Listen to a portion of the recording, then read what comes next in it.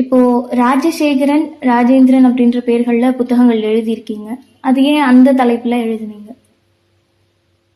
2-3 வருஷத்துக்கு முன்னாடி நானும் நம்ம பதிப்பாளர் ராஜசேகரன் ராஜேந்திரனுடைய சமாதி இருக்கிற இடம் பிரம்மதேசத்துக்கு போயிருந்தேன். அப்போ நான் சொன்னேன், சார் உங்க பேர்ல ஒன்று எழுத போறேன், ராஜேந்திர சோழனை பத்தி எழுத போறேன்னு சொல்லி சொன்னேன். ஸோ அது அவருக்கு நான் நன்றி தெரிவிக்கிற மாதிரி இருக்கணும்னு சொல்லிட்டு அந்த பேர்ல ராஜேந்திர சோழனுடைய வரலாற்றை பத்தி அவங்க எழுதினேன். அப்பவே சொன்னேன், சார் உங்க அண்ணன் பேர்ல ராஜசேகரன்ற பேர்லயும் நான் ஒன்று எழுத போறேன் அப்படின்னு சொல்லிட்டு 2 வருஷம் கழிச்சு இப்போ எழுதிக்கிட்டு இருக்கேன்.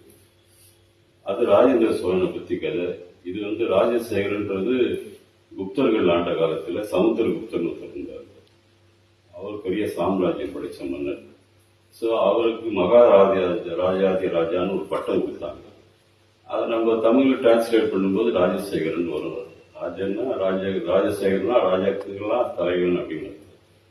அதனால அந்த சமுத்திரகுப்தரை ராஜசேகரன்ற பேர்ல இப்போ ஒரு எழுதி கொடுத்துருக்கேன். ஸோ இந்த 2 பேர்லயும் நம்ம 2 கதை எழுதி அவங்களுக்கு அதை காணிக்கையா செலுத்தணுன்றது என்னுடைய விருப்பமா இருந்தது.